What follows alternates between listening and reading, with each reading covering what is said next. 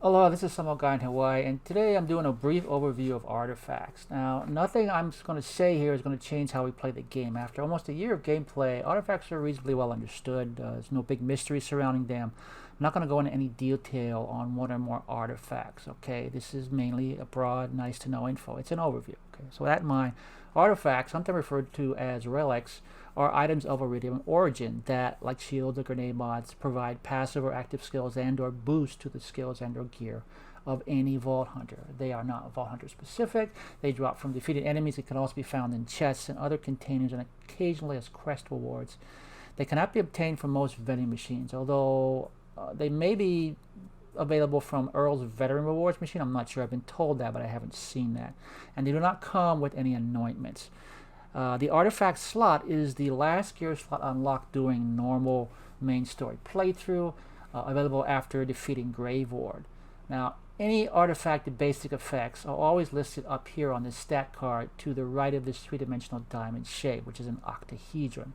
Shields, grenade mods, comms, SMGs, launchers, etc. all have their own symbol. This is the symbol for an artifact. Now, these basic effects are also summarized at the bottom of the card. Artifacts can be grouped into roughly four broad categories. There's common rarity artifacts. There's uncommon rare and epic rarity artifacts. Those are all one group. There are legendary artifacts, and then there are uniques. Okay, common rarity artifacts are just that: simple white rarity items with very limited abilities that, despite being common, are actually quite rare in the game. Most players encounter these while leveling up before they unlock the Vault Hunter's artifact slot, and if that's if they encounter them at all. Okay, green, blue, and purple rarity artifacts are actually much more abundant, and the first to get slotted when the opportunity arises. Okay, and that assumes they don't have a preferred legendary they've saved up for that purpose. I had to farm on normal mode, no mayhem, for like over an hour and a half just to find this one. Okay.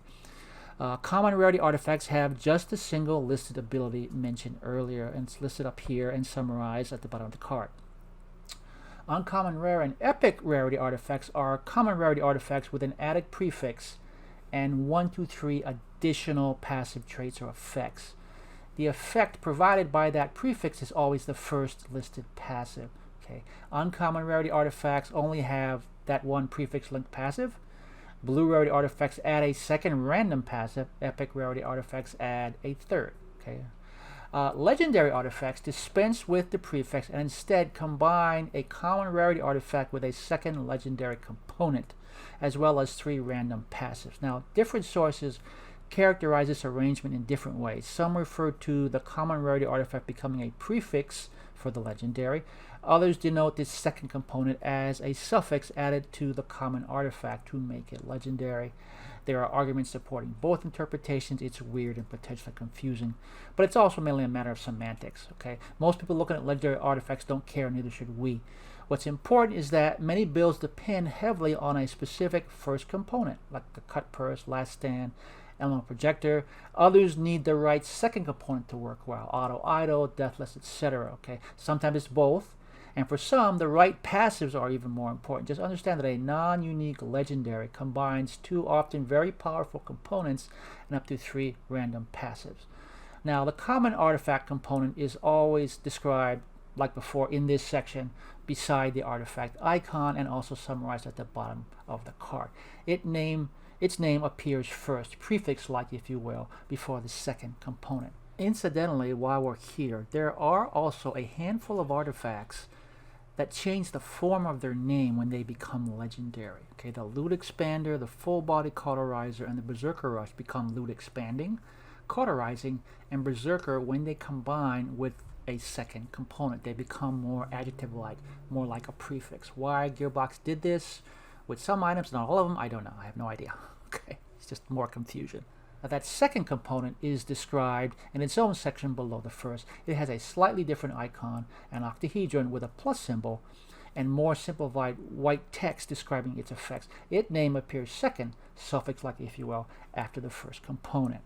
Now, legendary artifacts also come with red text specifically referencing that second component. And while it's descriptive, it's only there to add character and does not hint at hidden abilities. Artifact abilities are normally stated explicitly on the stat card.